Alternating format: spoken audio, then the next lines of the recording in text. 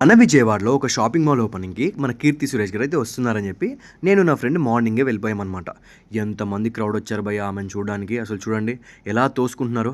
ఇక నా ఫ్రెండ్ గాడైతే, "రేయ్! నాకు దూరం నుంచే నాకు ఫోటో అయినా సరిపోతుందిరా, ఫోటో దిగిరా" అని చెప్పాడు. "రేయ్! నువ్వు దూరం నుంచి ఎందుకురా, దగ్గర వెళ్లి తీసుకోపో నేనున్నా" అని చెప్పాను.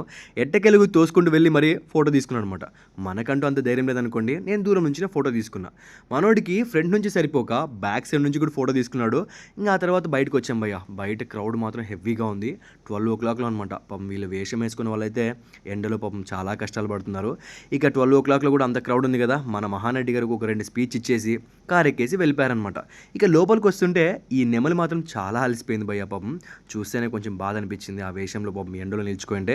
ఇక మనం వచ్చిన పని మనం కంప్లీట్ చేసేయాలని చెప్పేసి గట్టిగా ఇంక మన పని కంప్లీట్ చేసి బయటకు వచ్చేసామనమాట. మనోడు, "నేను సుగంధి పార్టీ ఇస్తారా, నాకు నువ్వు ఫోటో తీసావని" చెప్పేసి మనోడు పిచ్చ హ్యాపీతో ఉన్నాడు. పార్టీ ఇచ్చేసానమాట, సుగంధి పార్టీ.